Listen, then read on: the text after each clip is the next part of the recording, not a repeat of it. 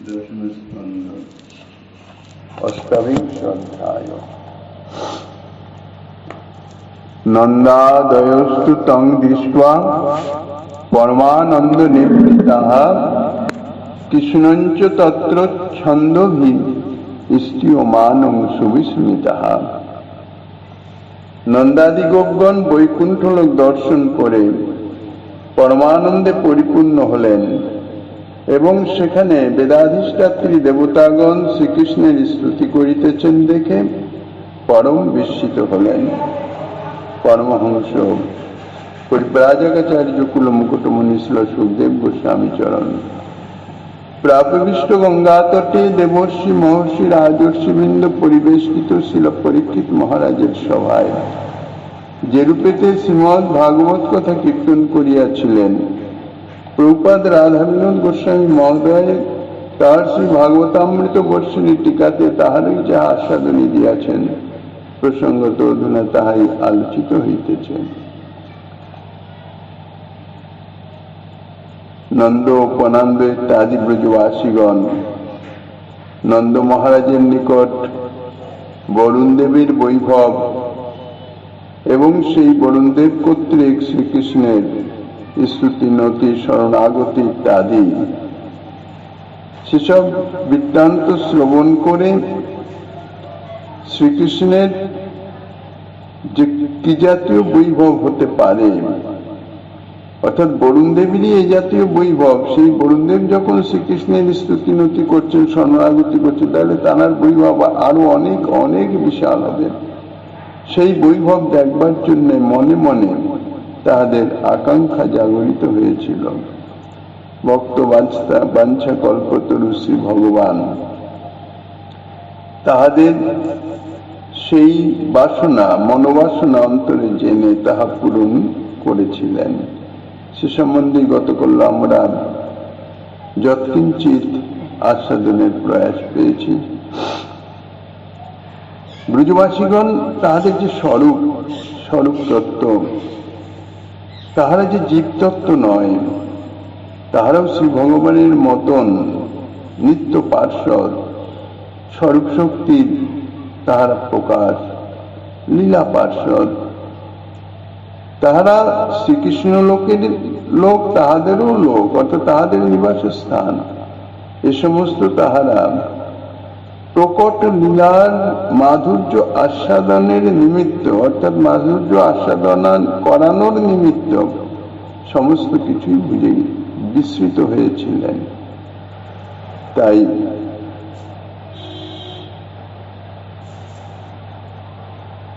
মুনিগণ তাহারা কঠোর সাধনা করে গুণাতীত হয়ে গেলেন, তখন তাহারা সেই সিদ্ধ লোকের অর্থাৎ ব্রহ্মলোকের দর্শনের যোগ্যতা লাভ করেন।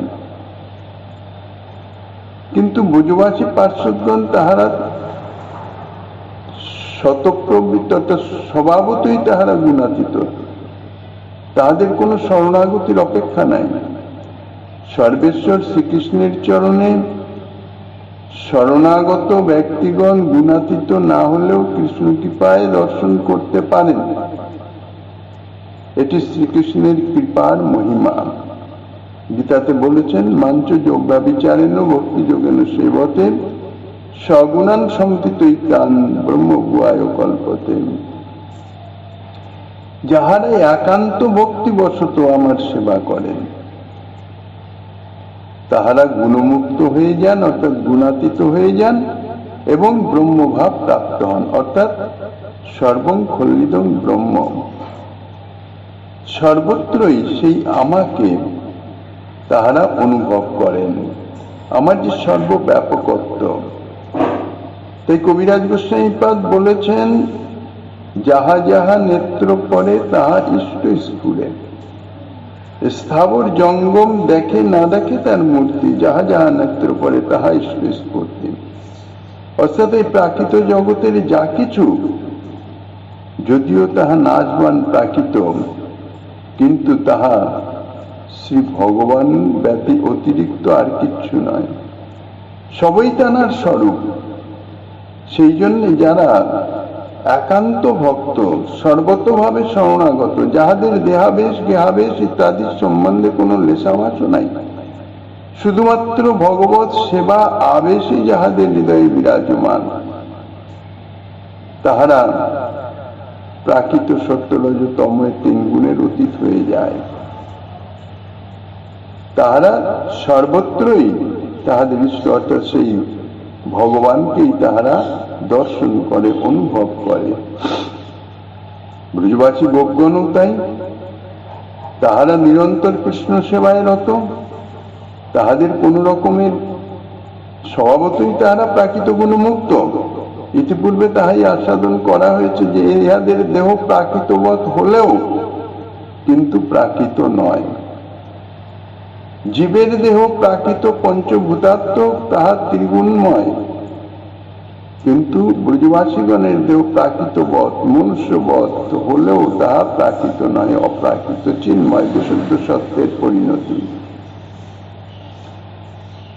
কিন্তু তাহারাও আত্মস্বরূপ বিস্মৃত, কেন নিরন্তর তাহারা শ্রীকৃষ্ণ সেবায় রত, সেই ভাবনায় রত, তাহাতেই তাহারা আবিষ্ট, এমন ভাবে আবিষ্ট। জগতেও দেখা যায়, যদি কোনো বিশেষ বিষয়ে কেউ একেবারে গভীর ভাবে আবেশিত হয়ে যান, চিন্তা করতে করতে একেবারে তন্ময় হয়ে যান, তাহার দেহ স্মৃতি লোপ হয়ে যায়। তাহার পাশ দিয়ে কেউ কিছু বললে সে তাকিয়ে আছে, কিন্তু তার সম্মুখে অর্থাৎ দৃষ্টি নাই। তার অন্তরটি যে ভাবনায় ভাবিত আছে, সেই ভাবনায় সঙ্গে এমন ভাবে তাদাত্ম্য হচ্ছে যে তাহার দেহের ইন্দ্রিয়ের যে কর্ম বা যে ক্রিয়া সেটি থাকে না। তা ব্রজবাসীগণেরও তাদৃশ অবস্থা, তাহাদের দেহ স্মৃতি নাই। এই জন্যই ব্রজবাসী লোকগণ যখন শ্রীকৃষ্ণ লোক দর্শনের জন্য উৎকণ্ঠিত হলেন, তখন শ্রীকৃষ্ণ তাহাদের সেই শুদ্ধ সত্যময় দেহে বাহ্য স্মৃতি এনে দিলেন। যে কৃষ্ণ সেবা অভিনিবেশের জন্য তাহাদের দেহ স্মৃতি নাই, দেহ গেহ ইত্যাদি সমস্ত কিছু, কোনো কিছুরই স্মৃতি নাই, সবই কৃষ্ণ সেবায় নিয়োজিত, সেই আবেশকে ভুলিয়ে দিয়ে মায়াতীত ব্রহ্মস্বরূপ দর্শন করালেন এবং তারপরে তার ধাম দর্শন করালেন। ব্রজবাসীগণকে স্বলোক দেখাতে অর্থাৎ নিজ লোক দেখাতে প্রবৃত্ত হয়ে শ্রীকৃষ্ণ প্রথমত তাহাদের ব্রহ্মহ্রদে নিয়ে গেলেন। বৃন্দাবনে ব্রহ্মহ্রদ আছে, যেটা ব্রহ্মকুণ্ড, এবং তাহারা তথায় নিমগ্ন হলেন অর্থাৎ অবগাহন করলেন। তারপর শ্রীকৃষ্ণ তাহাদিগকে সেখান থেকে উদ্ধার করে ব্রহ্মলোক দেখালেন। তে তু ব্রহ্মহ্রদং নিতা মগ্না কৃষ্ণেন চোদ্রিতা। এই শ্লোকে ব্রজবাসীগণের ব্রহ্মহ্রদে মজ্জন অর্থাৎ অবগাহন করা এবং শ্রীকৃষ্ণ কর্তৃক উদ্ধার এবং ব্রহ্মতত্ত্ব বর্ণিত আছে।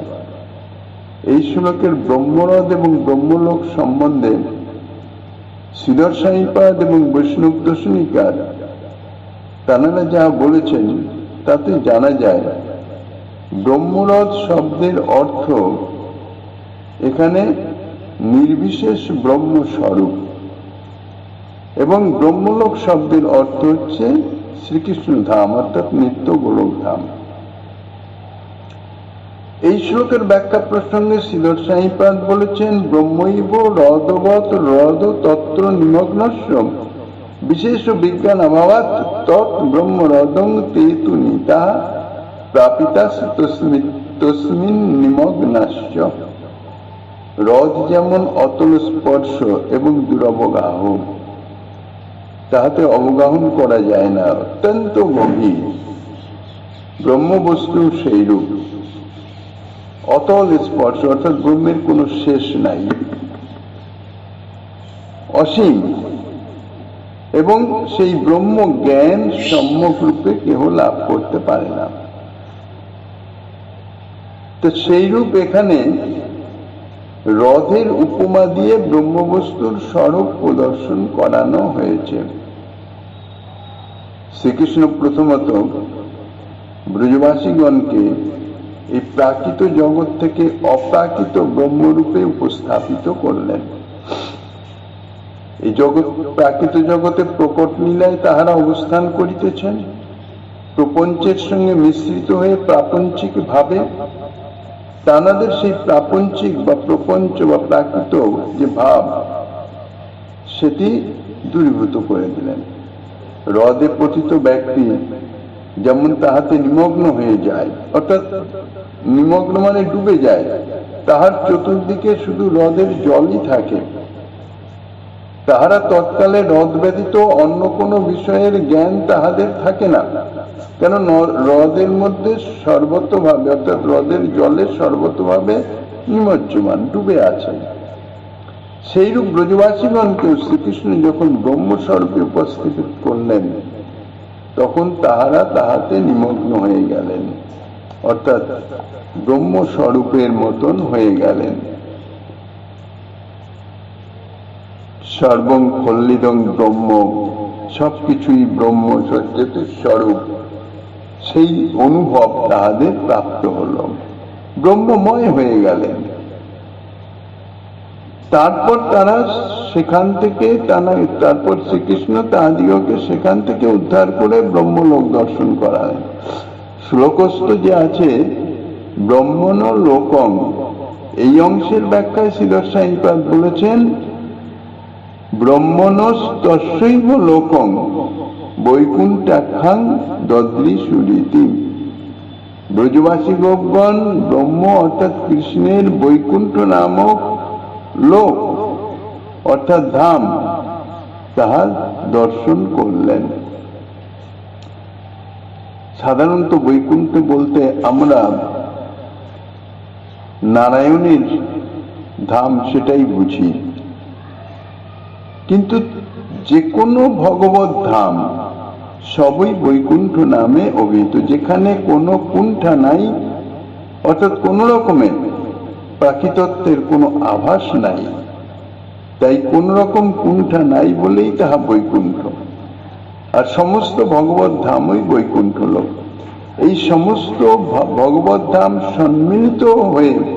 সম্মিলিত রূপে তার নাম হচ্ছে পরম ব্রহ্ম, আর তার অধিপতি হচ্ছেন নারায়ণ। এই জন্য বৈকুণ্ঠ লোকাধিপতি পরম ব্রহ্মাধিপতি নারায়ণ বলা হয়।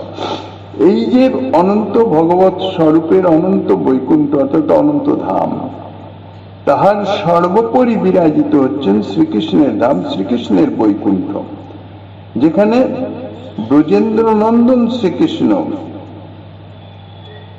সর্ব আত্মার আত্মা সর্ব কারণ কারণম, যিনি বিরাজিত তানার লোক।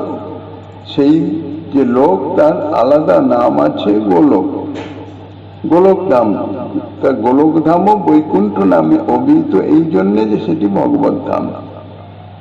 এই জন্যই এখানে শ্রীকৃষ্ণের বৈকুণ্ঠ নামক লোক অর্থাৎ শ্রীকৃষ্ণের নিজস্ব ধাম তাহা দর্শন করালেন। এতে স্পষ্টই জানা যাচ্ছে যে শ্রীকৃষ্ণ ব্রজবাসীগণকে প্রথমত ব্রহ্মস্বরূপে নিমগ্ন করলেন, অর্থাৎ তাহারা ব্রহ্মময় হয়ে গেলেন। তাহাদের যে কৃষ্ণ আবেশ, কৃষ্ণ সেবাভিনিবেশ, সেটি দূরীভূত হয়ে গেল।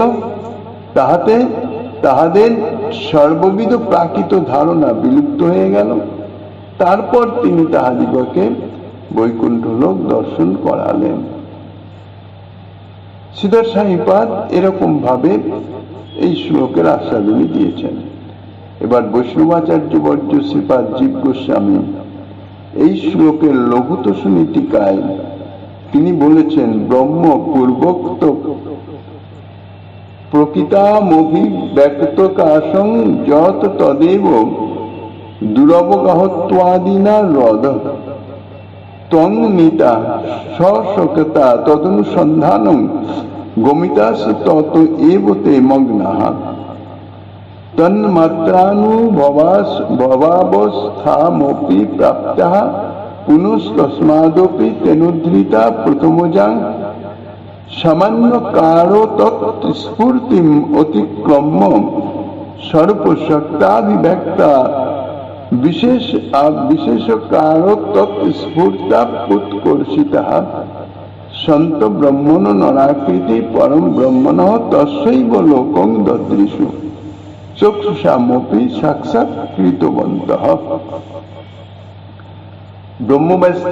ব্রহ্মবস্তু সর্বব্যাপী হলেও মায়িক জগতে তাহার শুদ্ধ স্বরূপের অভিব্যক্তি হয় না। সর্বং খণ্ডিতং ব্রহ্ম বলা হয়েছে, সমস্ত কিছুই ব্রহ্ম। আর ব্রহ্ম সর্বব্যাপক, সর্বগ অনন্ত।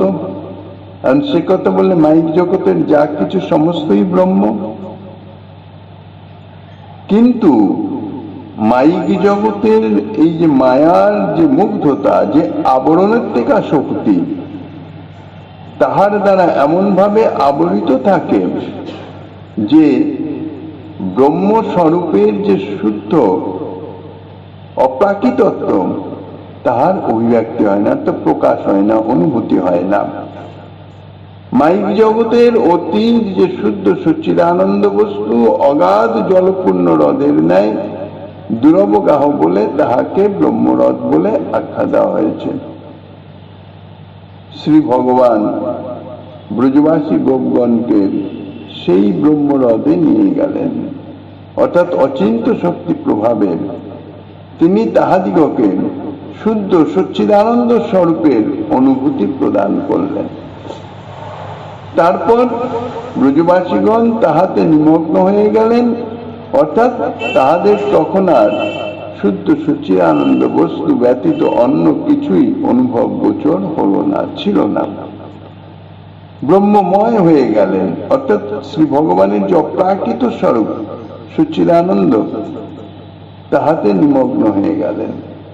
তাহারা কি উদ্দেশ্যে তারা প্রকট লীলায় অর্থাৎ এই ধরাধামে অবস্থান করিতেছেন ইত্যাদি, সেই কৃষ্ণ সেবা অভিনিবেশ ইত্যাদি কোনো কিছুই তাহাদের স্মৃতিতে আর রইল না। যখন তাহারা ব্রহ্মময় হয়ে গেলেন, তারপর শ্রীকৃষ্ণ তাহাদিগকে সেখান থেকে উদ্ধার করলেন। অর্থাৎ প্রথমত তাহাদের যে মায়াতীত সচ্চিদানন্দ সত্তা মাত্রের অনুভূতি হয়েছিল, তাহা অতিক্রম করে গোপগণ স্বরূপ শক্তি সমন্বিত সচ্চিদানন্দ বস্তুর অনুভূতি লাভ করলেন এবং নরাকৃতি পরব্রহ্ম শ্রীকৃষ্ণের লোক দর্শন করলেন। এই গোপগণের প্রথম ব্রহ্ম দর্শন, এটি কিন্তু চক্ষু দ্বারা দর্শন নয়, কারণ ব্রহ্ম তো জ্যোতিষময়, জ্যোতিষময় বলে বলা হয়েছে, কিন্তু সেটা অনুভব, ইন্দ্রিয় গোচরীভূত নয়। এই জন্যই বলা হয়েছে অধক্ষজ। তা ব্রজবাসীগণের ইন্দ্রিয়ের দ্বারা অর্থাৎ চোখের দ্বারা কিন্তু তারা দেখেন নাই, তারা অনুভবে ব্রহ্মময় হয়ে গেছিলেন। ব্রহ্মাতিরিক্ত আর কোনো কিছুই নাই, অর্থাৎ সেই অপ্রাকৃত সচ্চিদানন্দময় বস্তু ব্যতীত অন্য কিছুই নাই, এই অনুভূতি এসেছিল।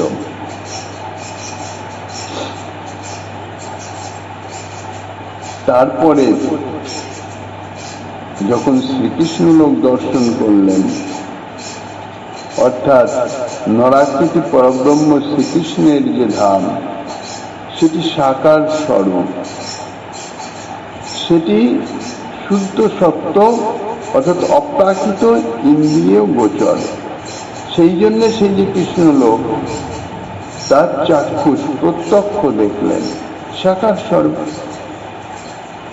তেতু ব্রহ্মরদং নিতাহা প্রভৃতি শ্লোক ব্যাখ্যায় প্রবৃত্ত হয়ে শ্রীধর স্বামীপাদ এবং শ্রীজীব গোস্বামীপাদ প্রথমত এইভাবেই সমালোচনা করেছেন। এতে এই সিদ্ধান্ত পাওয়া যায় যে গোপগণের প্রথমত মায়িক দৃষ্টি এবং মায়িক ধারণা ছিল, তারপর শ্রীকৃষ্ণের ইচ্ছায় তাহাদের নির্বিশেষ ব্রহ্মানুভূতি এবং তৎপরে বৈকুণ্ঠ দর্শন হল। যদিও শ্রুতিতে বলা হয়েছে ব্রহ্মবিদ ব্রহ্মৈব ভবতি, অর্থাৎ যাহাদের ব্রহ্মজ্ঞান লাভ হয় তাহারা ব্রহ্মস্বরূপ হয়ে যান, সুতরাং তাহাদের আর অন্যবিধ ধারণা হওয়া সম্ভবপর নহে। তথাপি শ্রীকৃষ্ণের ইচ্ছায় এই ব্রহ্মানুভব প্রাপ্ত গোপগণ শ্রীকৃষ্ণের ইচ্ছাতেই আবার ব্রহ্মলোক দর্শনের যোগ্যতা লাভ করেছিলেন। যাহারা ব্রহ্মজ্ঞান লাভ করেন তাহারা ব্রহ্মময় হয়ে যান, অর্থাৎ ব্রহ্ম অতিরিক্ত অন্য কিছু তাহাদের অনুভূতিতে আসে না, এবং তাহারা অর্থাৎ সাধনার সিদ্ধি দশাতে তাহারা সেই ব্রহ্মের সঙ্গে লীন হয়ে যান। ব্রহ্মলোকে সিদ্ধিলোকও বলা হয়, যেখানে প্রাকৃত জীব এই জগতের সাধনার দ্বারা যখন সিদ্ধি লাভ করেন, অর্থাৎ ব্রহ্মময় হয়ে যান, আত্মজ্ঞান লাভ করেন, আত্মস্বরূপ হয়ে যান, তখন তাহারা সেই সিদ্ধি লোকে অর্থাৎ ব্রহ্মলোকে ব্রহ্মের মধ্যে ব্রহ্মের সঙ্গে লীন হয়ে যান, অর্থাৎ নিমগ্ন হয়ে যান। একটি নির্বিচ্ছিন্ন ব্রহ্মানুভূতি তাহাদের বিরাজিত থাকে, যাহা কখনো ছেদ হয় না, যাহা থেকে তাহারা কখনো মুক্ত হন না। নিরবিচ্ছিন্ন সেই যাকে বলা হয় ব্রহ্মানন্দ, সেই আনন্দ সচ্চিদানন্দ, ব্রহ্ম স্বরূপত সচ্চিদানন্দ, সৎচিৎ আনন্দ।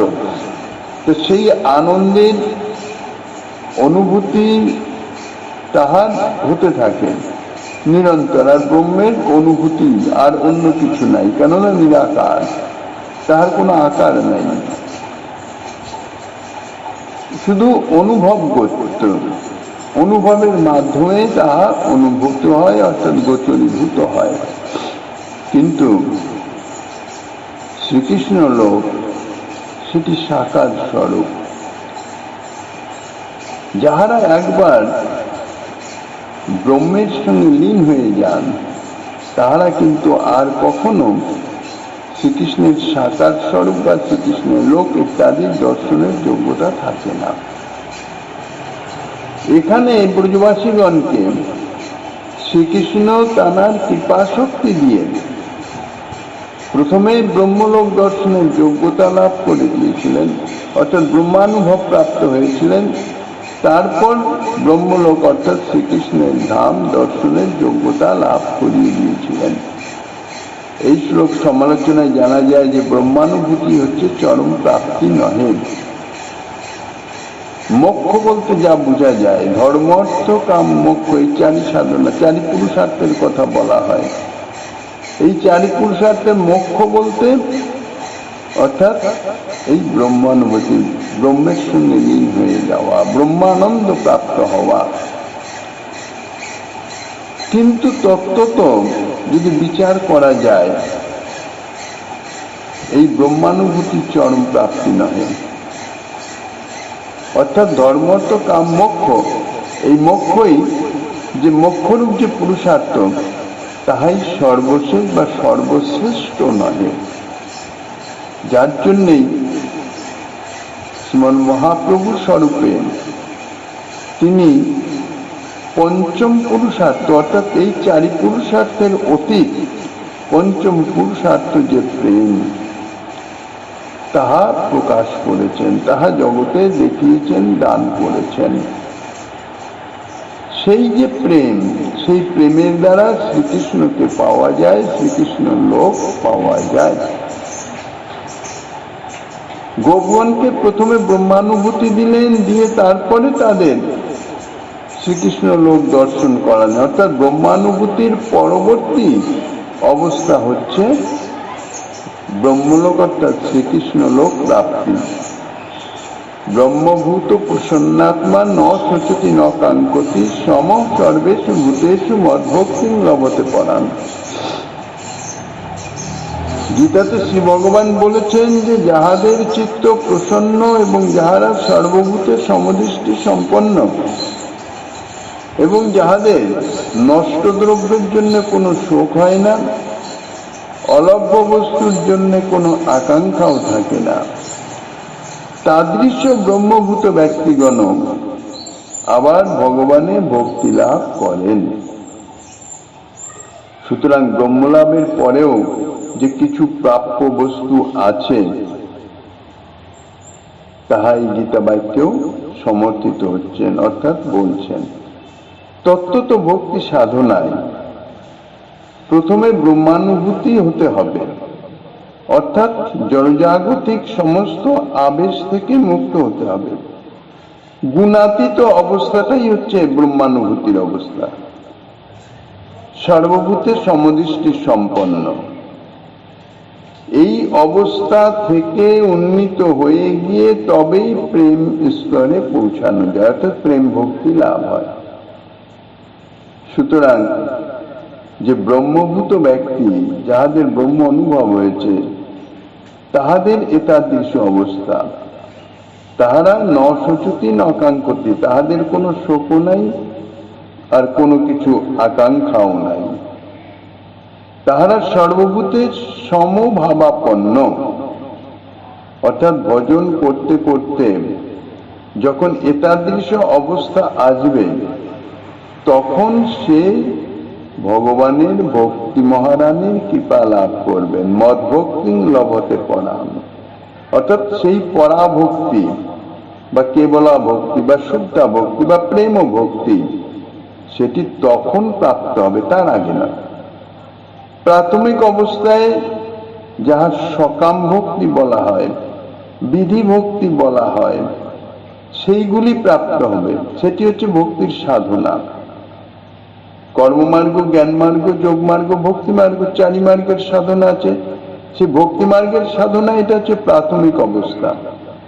সেই অবস্থাতে কিন্তু শ্রী ভগবানের লোক বা শ্রী ভগবানকে প্রাপ্তির যোগ্যতা হয় না, কেননা শ্রী ভগবানকে প্রাপ্তির একমাত্র যোগ্যতা হচ্ছে প্রেম। তো সেই প্রেম প্রাপ্ত হতে গেলে তাকে প্রেম ভক্তি পেতে হবে। প্রথমে হচ্ছে সাধন ভক্তি। সাধন ভক্তির দ্বারা তাহার চিত্ত শুদ্ধ হয়ে গুণাতীত অপ্রাকৃত অবস্থায় গিয়ে তারপরে সে ধীরে ধীরে নিষ্ঠা, রুচি, আসক্তির স্তর অতিক্রম করে ভাবস্তরে যখন পৌঁছায়, তখন তাহার ভক্তি ভাব ভক্তি নামে আখ্যায়িত হয়, অর্থাৎ কীর্তিত হয়। তখন তাহাকে বলা হয় ভাব ভক্তি। ভাবসিদ্ধ মহাত্মা, ভাবসিদ্ধ সাধক। এই ভাব ভক্তির পরে ভাব ভক্তি যাজন করতে করতে তারপরে সে প্রেম ভক্তি স্তরে পৌঁছায়, প্রেম প্রাপ্ত হয়। সেই সময় সে শ্রীকৃষ্ণের দর্শনও পায়, শ্রীকৃষ্ণ লোকেরও দর্শন পায়, লীলারও দর্শন পায়, অর্থাৎ প্রেমী ভক্ত স্ফূর্তিতে, নিজের পার্শ্বদ দেহের স্ফূর্তিতে তাহাদের এই সাক্ষাৎকার হয়ে থাকে। যাই হোক, গোপগণের বৈকুণ্ঠ দর্শনের এই ক্রম সম্বন্ধে, অর্থাৎ একটার পর একটা তেতু ব্রহ্মরদগ্নি তাহা প্রভৃতি শ্লোকে যে তাৎপর্য পাওয়া যাচ্ছে, তাতে প্রথমত এই প্রাকৃত জগতের বিবিধ বৈচিত্র্যে আসক্ত চিত্ত গোপগণ তমস পরম, অর্থাৎ লোকাতীত ব্রহ্মস্বরূপে নিমগ্ন হলেন। প্রাকৃত জগতের বিবিধ বৈচিত্র্যে আসক্ত চিত্ত, আসক্ত মানে আবেশিত চিত্ত। যদিও গোপগণের যাহা দৃষ্টান্ত দিচ্ছেন তাহা প্রাকৃত মায়ামুগ্ধ জীবের মতো একই রকম দৃষ্টান্ত, কিন্তু তত্ত্বত বিশেষ তফাৎ, বিশেষ অন্তর। মায়ামুগ্ধ জীব তাহারা প্রাকৃত বিবিধ বৈচিত্র্যে আসক্ত হচ্ছে নিজ সুখের নিমিত্ত, আর গোপগণ তাহাতে আসক্ত হচ্ছে কৃষ্ণ সুখের নিমিত্ত।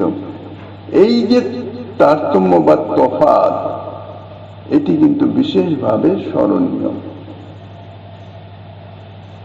তাদের লোকাতীত ব্রহ্মস্বরূপে নিমগ্ন হলেন এবং তারপর শ্রীকৃষ্ণের অচিন্ত শক্তি প্রভাবে তাহারা সেখান থেকে উদ্ধৃত হয়ে শ্রীকৃষ্ণের ধাম দর্শন করলেন। ইহাই মনে হচ্ছে এই যে ক্রমটা, এই ক্রম অনুসারে শ্রীকৃষ্ণ লোকের সংস্থান নির্ণয় করলে জানা যায় যে শুদ্ধ সচ্চিদানন্দ স্বরূপ ব্রহ্ম আমাদের পরিদৃশ্যমান মায়িক জগতের অতীত, আর শ্রীকৃষ্ণ লোক সেই ব্রহ্মলোকেরও অতীত। কেননা প্রথমে শুদ্ধ সচ্চিদানন্দ ব্রহ্মস্বরূপে নিমগ্ন হয়েছেন, তারপর সেখান থেকে শ্রীকৃষ্ণ তাদের উদ্ধার করে, অর্থাৎ সেই ব্রহ্মলোক থেকে, সেই ব্রহ্মানুভূতি থেকে তাহাদের বের করে নিয়ে এসে, অর্থাৎ সেই ব্রহ্মানুভূতি দূরীভূত করে শ্রীকৃষ্ণ লোক দেখিয়েছেন। তাহলে ব্রহ্মের সচ্চিদানন্দময় ব্রহ্মলোকের অন্তর্ভুক্ত যদি হতো কৃষ্ণ লোক, তাহলে তো তার মধ্যে থেকেই দর্শন করাতে পারতেন। সেখান থেকে উদ্ধার করে, অর্থাৎ সেখান থেকে তাদের বের করে নিয়েছে, সেই অনুভূতিটা দূর করে দিয়ে তারপরে শ্রীকৃষ্ণ লোক দর্শন করিয়েছেন। অর্থাৎ এই যে মোক্ষ, অর্থাৎ মুক্তি, ব্রহ্ম প্রাপ্তি, ব্রহ্মানন্দ প্রাপ্তি, তাহা শ্রীকৃষ্ণ লোকে থেকে অনেক তফাৎ, অনেক অন্তর। শ্রীকৃষ্ণ লোক প্রাপ্তি অর্থাৎ শ্রীকৃষ্ণ সেবা প্রাপ্তি, শ্রীকৃষ্ণ ধাম এই সচ্চিদানময় ব্রহ্মলোকেরও অতীত। সিদ্ধ লোকস্তু তমস পারে যত্র বসন্তি হি সিদ্ধা ব্রহ্ম সুখে মগ্না দৈত্যাশ্চ হরিণা হতা। ব্রহ্মাণ্ড পুরাণে বলছেন, এই ব্রহ্মাণ্ড, এই যে তমস পারে অর্থাৎ মাইক জগতের অতীত হচ্ছে সিদ্ধলোক নামক একটি স্থান। সেই স্থানে ব্রহ্মসময়ের সুখে নিমগ্ন সিদ্ধগণ তাহারা অবস্থান করছেন, এবং শ্রীকৃষ্ণ কর্তৃক নিহত দৈত্যগণ তাহারা সেখানেই অবস্থান করেন। হতারি গতি দায়কম, শ্রীকৃষ্ণের যে একটি নাম আছে, অর্থাৎ শ্রীকৃষ্ণের হস্তে যাহারা নিধন প্রাপ্ত হন, অর্থাৎ যাহাদের দেহ নষ্ট হয়, তাহাদের তিনি মুক্তি প্রদান করেন, মোক্ষ প্রদান করেন। মুক্তি অর্থাৎ সাযুজ্য মুক্তি, তাহাদের এই সিদ্ধ লোকে গতি হয়। যাহারা জ্ঞানমার্গের সাধনার দ্বারা সিদ্ধি লাভ করেন, তাহাদেরও এই সিদ্ধ লোকে গতি হয়, এই সিদ্ধলোক বা ব্রহ্মলোক। পূজ্যপাদ কবিরাজ গোস্বামী এ সম্বন্ধে খুব সুন্দর ভাবে বর্ণনা করেছেন। বলছেন, বৈকুণ্ঠ বাহিরে এক জ্যোতির্ময় মণ্ডল, কৃষ্ণের অঙ্গের প্রভাব পরম উজ্জ্বল। সিদ্ধলোক নাম তার, প্রকৃতির পার, চিৎ স্বরূপ তাহা নাহি চিৎ শক্তি বিকার। নির্বিশেষ ব্রহ্ম সেই কেবল জ্যোতির্ময়, সাযুজ্যের অধিকারী তাহা পায় লয়। অর্থাৎ বৈকুণ্ঠের বাইরে অনন্ত কোটি ভগবত ধাম, যেমন একটা গ্রাম, একটা নগর, একটা সীমা থাকে না, এটা হচ্ছে প্রাকৃত জগৎ। প্রাকৃত জগতের সবকিছু সীমাবদ্ধ, আর অপ্রাকৃত জগতের সবই হচ্ছে অসীম, অনন্ত। তো সেই যাই হোক, সেই বৈকুণ্ঠের বাহিরে এটা দৃষ্টান্ত দেওয়ার জন্য বলছেন, বাস্তবিক কোনো সীমা নাই। অপ্রাকৃত তত্ত্ব তাহা আমাদের প্রাকৃত মন বুদ্ধির অগোচর, শুধু দৃষ্টান্তের জন্য, প্রাকৃত জীবকে বুঝাবার জন্য এইভাবে বলা হচ্ছে। তো অনন্ত কোটি ভগবত ধাম অর্থাৎ বৈকুণ্ঠ লোক সম্মিলিতভাবে আছেন। তাহার বাইরে অর্থাৎ চতুর্দিকে একটা জ্যোতির্ময় লোক অর্থাৎ বেষ্টনী আছে, তার নাম হচ্ছে সিদ্ধলোক। সেই যে জ্যোতির্ময় লোক, সেটি শ্রীকৃষ্ণের অঙ্গের প্রভাব অর্থাৎ জ্যোতি, অঙ্গ জ্যোতি, পরম উজ্জ্বল। সেটি চিৎস্বরূপ, সেটা প্রাকৃত নয়, চিৎস্বরূপ, কিন্তু তাহাতে চিৎশক্তির কোনো বিকার নাই, অর্থাৎ কোনো ক্রিয়া নাই, কোনো কার্য নাই। একইভাবে নিরবিচ্ছিন্ন জ্যোতিস্বরূপে বিরাজমান, সেটি নির্বিশেষ ব্রহ্মস্বরূপ,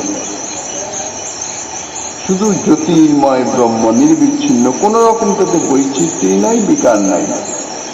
যাহারা সাযুজ্য মুক্তি লাভ করেন বা মোক্ষ, মোক্ষ বলতে সাধারণত সাযুজ্য মুক্তিকেই বোঝায়, যদিও মুক্তি পঞ্চবিধ, তার মধ্যে সাযুজ্য মুক্তি হচ্ছে এই জ্যোতির্লোকে অর্থাৎ ব্রহ্মলোকে নির্বিশেষ ব্রহ্মের সাযুজ্য মুক্তির অধিকারী যারা, তারাই প্রাপ্ত হন। তো শ্রী চৈতন্য চৈতামৃতের এই বাক্যে জগতের অতীত অর্থাৎ এই প্রাকৃত ব্রহ্মাণ্ডের বাইরে 14 ভুবনাত্মক এই যে প্রাকৃত ব্রহ্মাণ্ড, সপ্ত পাতাল আর তাহার ঊর্ধ্বে ভূ ভুবর স্বলোক, মহলোক, জনলোক, তপলোক, সত্যলোক, এই ব্রহ্মাণ্ডের বাইরে রয়েছে প্রকৃতির অষ্ট আবরণ। সেই অষ্ট আবরণ সম্মিলিত ভাবে হচ্ছে এই জগৎ। তো এই জগতের অর্থাৎ এই ব্রহ্মাণ্ডের বাইরে রয়েছে সেই সিদ্ধ জগৎ অর্থাৎ সিদ্ধ লোক। তার ঊর্ধ্বে অর্থাৎ বাইরে হচ্ছে অনন্ত কোটি বৈকুণ্ঠ ধাম। তো তেতু ব্রহ্মরদং নিতা, সুখদেবের এই শ্লোকে এই সিদ্ধি লোকের কেই ব্রহ্মরদ বলে তিনি বর্ণনা করেছেন। গোপগণ শ্রীকৃষ্ণের ইচ্ছায় এই সিদ্ধ লোকেরও অতীত শ্রীকৃষ্ণ লোক দর্শন করেছিলেন। গোপগণের এইভাবে শ্রীকৃষ্ণ লোক দর্শন এবং শ্রীকৃষ্ণ লোকের পূর্ববর্ণিত সংস্থান নির্ণয়ে কোনো প্রকার সিদ্ধান্ত বৈষম্য না হলেও শ্রীকৃষ্ণ পার্ষদ গোপগণের মাইক জীবের মতন ব্রহ্মভাব প্রাপ্তি এবং তদনন্তর শ্রীকৃষ্ণ লোক দর্শনের সামঞ্জস্য করা এটা বড় কঠিন ব্যাপার। কেননা গোপগণ তো তারা শ্রীকৃষ্ণের নিত্য পার্ষদ, সুতরাং তাহারা তো নিত্য মায়া মুক্ত, এটি তো অবশ্যই স্বীকার করতে হবে। মায়া তো তাদের ধারের কাছে কোনো কালেই নেই, অনাদিকাল থেকেই তারা মায়া মুক্ত। মায়া মুক্ত বলা ভুল, তারা নিত্য মুক্ত। কেননা মায়া মুক্ত তাকেই বলা যায় যে কখনো মায়া কবলিত হয়েছিল তারপরে সে মায়া মুক্ত হয়েছে, তাকে বলা যায় মায়া মুক্ত। যাদের সঙ্গে মায়ের কোনোদিন কোনো কালের সম্বন্ধ নাই তাহারা মায়া মুক্ত এটা বলাও যায় না, তাহারা নিত্য মুক্ত। একথা পূর্বেও বিস্তৃতভাবে আলোচনা করা হয়েছে। তা নিত্য মায়ামুক্ত গোপগণের মায়িক জগতে অবস্থিতি এবং মায়িক জগৎ থেকে ব্রহ্মভাব প্রাপ্তি এটা কিছুতেই সম্ভবপর হয় না। শ্রীকৃষ্ণ তাহাদের যে ধাম দর্শন করাইয়াছিলেন তাহারা সেই ধামেরই মায়িক জগতে অভিব্যক্তি প্রকাশে শ্রীকৃষ্ণের সেবাভিনিবেশে মত্ত হয়ে অবস্থান করিতেছেন। কারণ যে নিত্য গোলকধাম তাহাই তো এই প্রাকৃত ব্রহ্মাণ্ডে অবতীর্ণ হয়েছেন। শ্রীকৃষ্ণ তো তাঁর নিজের ধামেই লীলা করিতেছেন, তত্ত্বত তিনি তো নিজ ধাম ছাড়া অন্য কোথাও লীলা করেন না। যে স্বরূপের জগতে যখন আবির্ভূত হন তখন তাঁর আবির্ভূতের আগে তাঁর সেই ধাম সেখানে প্রকটিত হয়ে যান, তিনি সেই ধামেই আবির্ভূত হন। এই প্রাকৃত ব্রহ্মাণ্ডে, প্রাকৃত ব্রহ্মাণ্ড আলাদা তো কিছু নয়। সচ্চিদানন্দ ঘন ভগবান অতিরিক্ত অন্য কিছু তো নয়, কারণ ভগবানের অতিরিক্ত অন্য কোনো কিছু কখনো নাই, সবই তিনি। কাজেই শ্রীকৃষ্ণ তাহাদের যে ধাম দর্শন করাইয়াছিলেন তাহারা সেই ধামেরই এই মায়িক জগতে অভিব্যক্তি প্রকাশে শ্রীকৃষ্ণের সেবাভিনিবেশে মত্ত হয়ে অবস্থান করিতেছিলেন। সুতরাং মায়িক জীবের যেমন মায়া অভিনিবেশের পরবর্তী অবস্থায় ব্রহ্মভাব প্রাপ্তি হয়, মায়িক জীব মায়ামুগ্ধ প্রাকৃত জগতে আসক্ত, সাধনা করতে করতে সেগুলি দূরীভূত হয়ে গিয়ে মায়ামুক্ত হয়ে গিয়ে তারপরে তাহাদের ব্রহ্মভাব প্রাপ্তি হয়ে থাকে। তাহাদের সেই রূপ হওয়া সম্ভবপর নয়, অর্থাৎ ব্রজবাসী গোপগণের এই প্রাকৃত জীবের সাধনার মাধ্যম দিয়ে যে ব্রহ্মভাব প্রাপ্তি সেরকম হওয়া সম্ভব নয়। কেননা তাহাদের কোনো কালই মায়িক অভিনিবেশ ছিল না। তারা মায়িক জগতের অতীত ব্রহ্মভাবেরও উপরিতন অবস্থায় নিত্য প্রতিষ্ঠিত।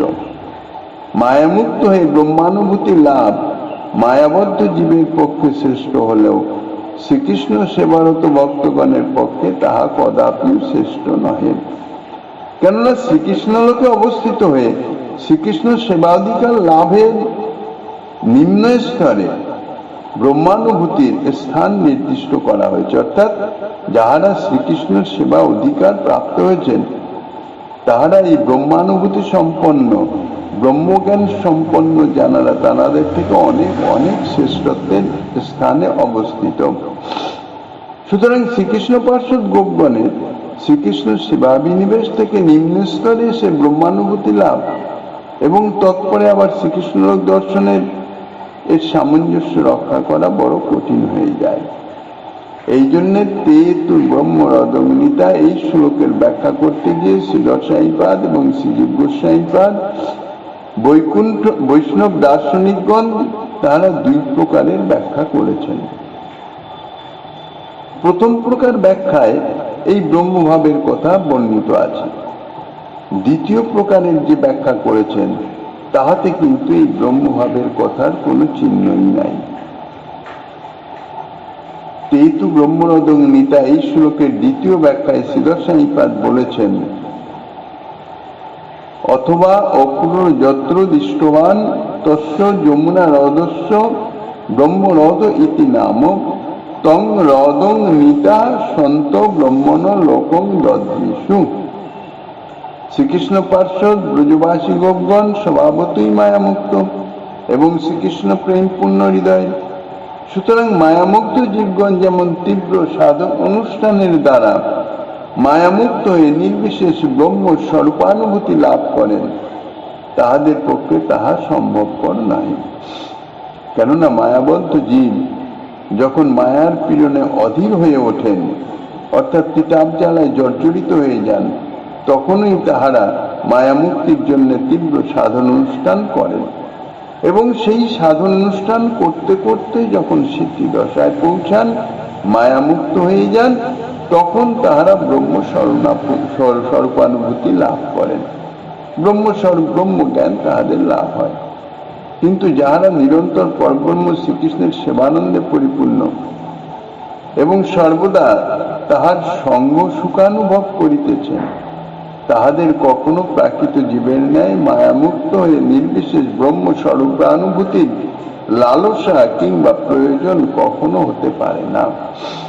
এই জন্যেই যাহারা প্রেম ভক্তির সাধক, প্রেম ভক্তি লাভের ইচ্ছুক, অর্থাৎ শ্রীকৃষ্ণ সেবা লাভে ইচ্ছুক যে সমস্ত ভক্তগণ, তাহারা সাধনের প্রথম অবস্থা থেকেই মোক্ষকে তাহারা সদা সর্বদাই দূরীভূত করে রেখেছেন। ধর্ম অর্থ কাম্যকে চারি পুরুষার্থই তাহাদের নিকট তুচ্ছীকৃত হয়ে যায়, অর্থাৎ তাহারা এসব কখনোই এসব সম্বন্ধে চিন্তা করেন না, এসব প্রাপ্ত হতে চান না। কেননা তাহারা যাহা চান তাহা এই চারি পুরুষার্থেরও অতীত আরো অনেক শ্রেষ্ঠ। অতএব তেতু ব্রহ্মরদং মিতা প্রভৃতি শ্লোকে ব্রহ্মরদ শব্দের নির্বিশেষ ব্রহ্মস্বরূপ ব্যাখ্যা করে নিত্যসিদ্ধ কৃষ্ণ প্রেমবান ব্রজবাসী গোপগণকে সেখানে নিমগ্ন করলেন, প্রকৃত সিদ্ধান্তের অনুসন্ধান পাওয়া যায় না। এই জন্য শ্রীদর্শাইপাদ দ্বিতীয় প্রকার ব্যাখ্যা করেছেন এই শ্লোকে। প্রথমে তো এইরকম বলেছেন, আর শ্রীজীব গোস্বাইপাদও তাঁর তোষণী টিকায় প্রথমত শ্রীদর্শাইপাদের মত অনুসরণ করে ব্রহ্মরদ শব্দের নির্বিশেষ ব্রহ্মস্বরূপ ব্যাখ্যা করেছেন, তারপরে আবার অথবা বলে দ্বিতীয় ব্যাখ্যা করেছেন। এই দ্বিতীয় ব্যাখ্যাটাই হলো বৈষ্ণব সিদ্ধান্ত সম্মত এবং ইতিহাস প্রসিদ্ধ যুক্তিসঙ্গত। দ্বিতীয় ব্যাখ্যায় বলছেন, তেতু ব্রহ্মরদং মিতা এই শ্লোকের ব্রহ্মরদ হচ্ছে যমুনারই কোনো গভীর জলপূর্ণ স্থান। ব্রজলীলায় দেখা যায়, কংস প্রেরিত হয়ে অক্রূর যখন বৃন্দাবন থেকে শ্রীকৃষ্ণ বলরামকে নিয়ে মথুরার দিকে গমন করেন, তখন তিনি এই স্থানে এসেছিলেন। এসে অতি প্রত্যুষে বেরিয়েছেন, নিত্যকৃত্য হয় নাই, অর্থাৎ স্নান নিত্যকৃত্যাদি এগুলি তো করেন নাই। তো তাই এইখানে এসে, অর্থাৎ এটা প্রায় মথুরার এই বৃন্দাবনের সীমা প্রান্তে, এইখানে এসে রথটি স্থির করে অক্রূর এইখানে যমুনায় স্নান করে নিত্যকৃত্য সারবার জন্য স্নান করতে গিয়েছিলেন। কিন্তু তার মনে মনে, অক্রূরের মনে অত্যন্ত শোক তাপ আসে, যে শ্রীকৃষ্ণ বলরামের জন্য ব্রজবাসীগণের যে জাতীয় বিলাপ যা দেখেছেন তাতে তিনি অধীর হয়ে যান। আর কৃষ্ণের স্বরূপ তত্ত্বটি সম্বন্ধে তার কিছু সন্দেহের আভাস আসে। যে কংসের কাছে নিয়ে যাবে, যদি কংস যদি কোনো ক্ষতি করে বসে তাহলে তার দায়ভাগ অক্রূর হবে। অক্রূর কিছু প্রকাশ করেননি, কিন্তু মনে মনে খুব উৎকণ্ঠিত, চিন্তিত হয়েছিলেন। তো এইখানে যখন তিনি যমুনায় অবগাহন করেন তখন শ্রীকৃষ্ণ তাহাকে নিজ স্বরূপ দেখান, অর্থাৎ এইখানে এসে তিনি বৈকুণ্ঠ দর্শন করেন। বৈকুণ্ঠ দর্শন করে শ্রীকৃষ্ণের স্বরূপ দর্শন করে শ্রীকৃষ্ণের স্তুতি করেন। সেই জন্য এই স্থান আজও অক্রূর তীর্থ নামে প্রসিদ্ধ। একদিন অক্রূর ঘাটের উপরে বসে মহাপ্রভু কিছু করেন বিচারে। মহাপ্রভুর লীলার সময় মহাপ্রভু যখন বৃন্দাবন ধামে আসেন তখন তিনি মথুরা থেকে, বৃন্দাবন তো তখন বন, সেখানে কোনো অবস্থানের স্থানও নাই বলতে গেলে, তিনি এই অক্রূর তীর্থে এসে, মথুরায় প্রচন্ড ভিড়, এই জন্যে প্রচন্ড ভিড় মানে সদাসদেবে গন্ডগোল চলতে থাকে, কোলাহল চলতে থাকে। মহাপ্রভু নির্জনে থাকতে চান, এই জন্য অক্রূর তীর্থে এসে যান। অক্রূর তীর্থে এবার ঘাটের উপরে বসে বসে মহাপ্রভু কিছু বিচার করছিলেন। এই ঘাটে অক্রূর বৈকুণ্ঠ দেখিল, ব্রজবাসী লোক গোলক দর্শন করিল। অর্থাৎ এই স্থানে অক্রূর তিনি অবগাহন করে বৈকুণ্ঠ দর্শন করেছেন, শ্রীকৃষ্ণের স্বরূপ দর্শন করেছেন, এবং ব্রজবাসী লোক, অর্থাৎ অক্রূরের আগে ব্রজবাসী লোককেও এইখানে গোলক দর্শন করিয়েছেন। এটি চৈতন্য চরিতামৃতে বর্ণিত হচ্ছে। ব্রজবাসী গোপগণ শ্রীকৃষ্ণের ধাম দর্শনের জন্য উৎকণ্ঠিত হলে শ্রীকৃষ্ণ তাহাদিগকে নিয়ে এই ব্রহ্মরথ অথবা এই অক্রূর তীর্থ নাম যে স্থান, যমুনার যে স্থান, অক্রূর তীর্থ নাম তো পরে হলো, যখন অক্রূর স্নান করে এখানে বৈকুণ্ঠ দর্শন করেছেন তখন থেকে এর নাম অক্রূর তীর্থ। তার আগে এটাকে ব্রহ্মরথই বলা হতো।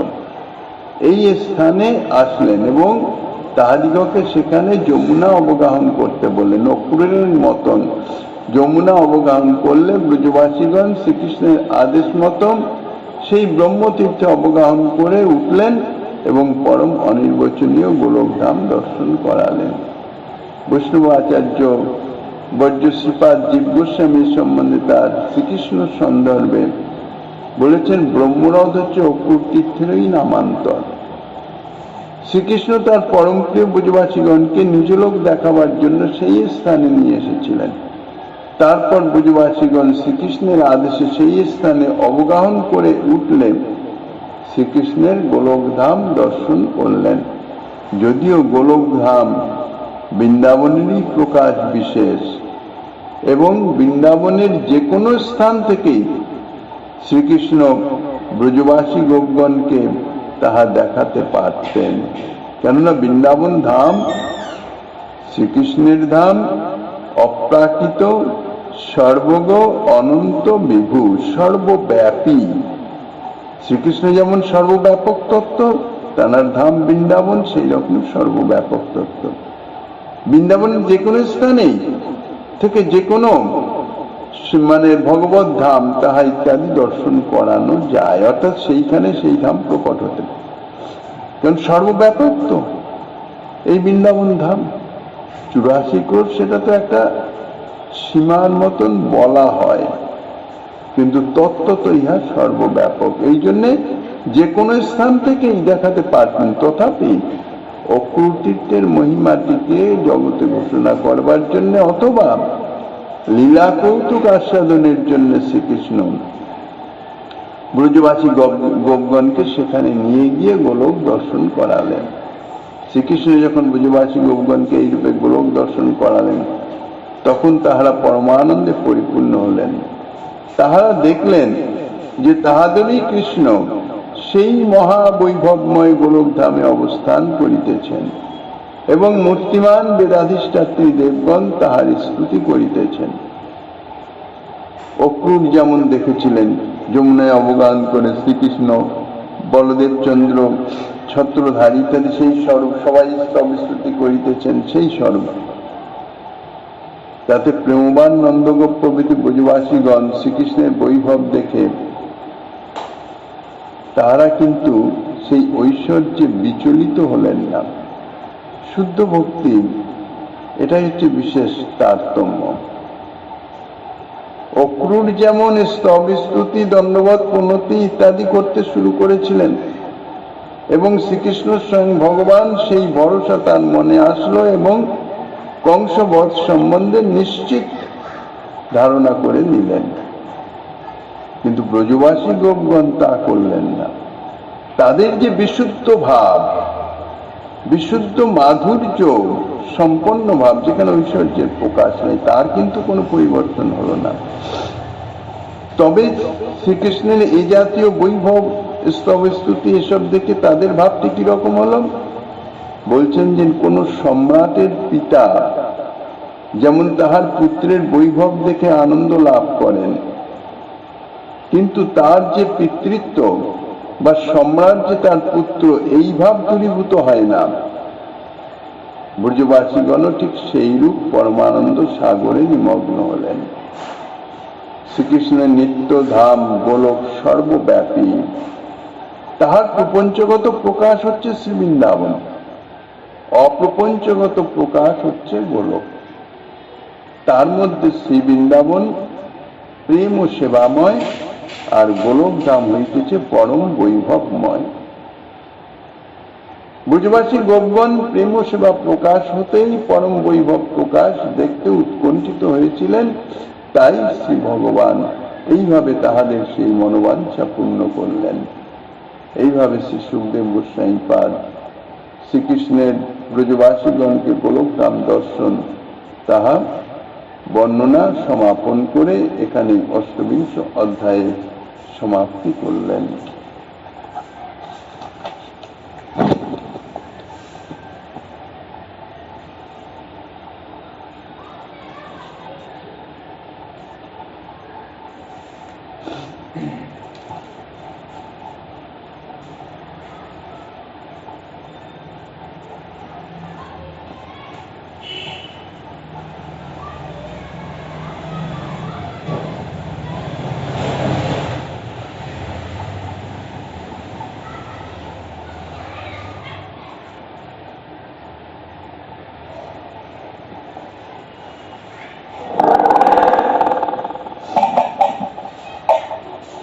जय जय राधे कृष्ण गोविंद, राधे गोविंद, राधे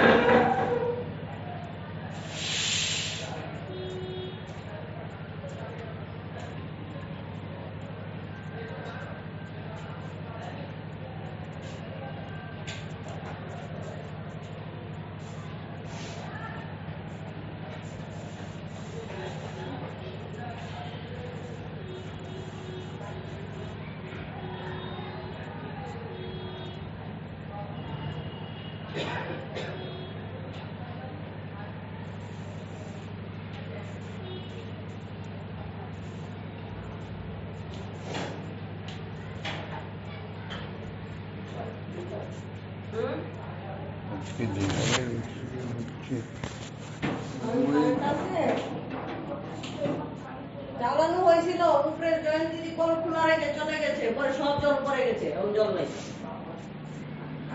জয়েন্ট দিদিরে বলা হয়েছে হয় না আমার কল খোলা নাই, বাইরের কল খুলে যে ওই কল সিল করে দিন, নাহলে আমার দ্বারা সম্ভব নয় চালানো। আমি বারবার উঠতে পারতাম না, আমার ব্যাপারে যান যখন ক্ষয় হয়ে যেতেছে। এইসব আনা লুক আনা ফার হচ্ছে কালি দিক কইছে, আরে বাবু জলটা পড়তেছে তুমি তো দেখে আইবা, একলা মানুষের দ্বারা সম্ভব একটা মানুষের এটা তো একটা জান নাকি? পাগল হয়ে যেতেছি আমি।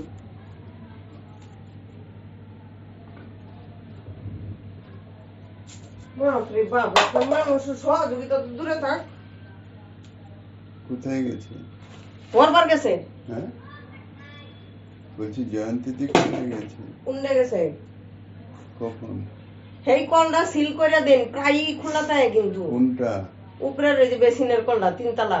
বেসিনের নিচে একটা চাবি টাবি নেই? নিচে এই চাবি, এটা বন্ধ করলেও 2 বাই ঘুরাইছি, কোনো অন্দাই কমে না দেখছি।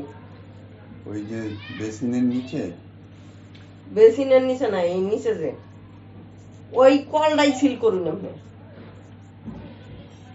একবার পুরা সিল করে দিন।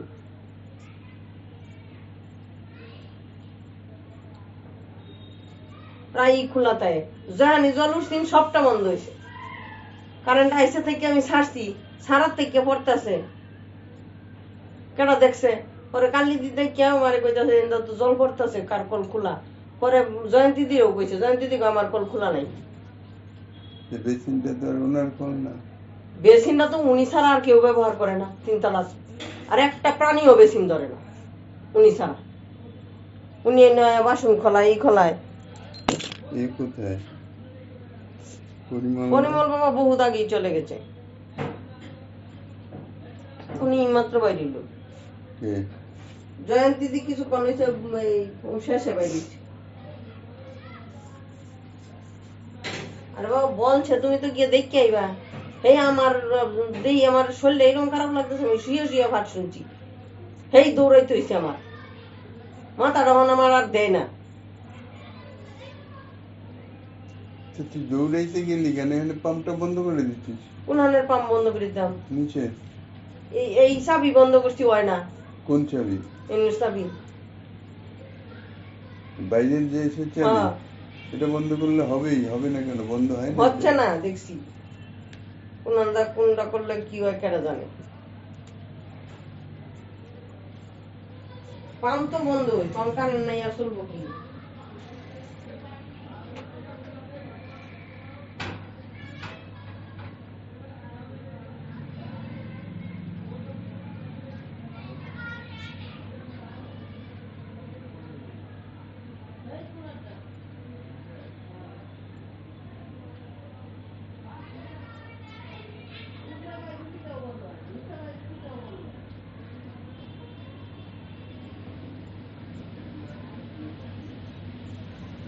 এই কোনটা সিল করে দিন, কেডা সাথে না থাকবে, পরে এই খোলা থাকে।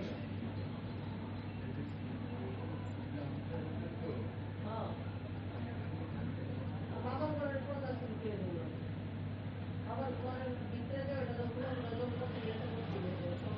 দুলা দিল। তোলের পর।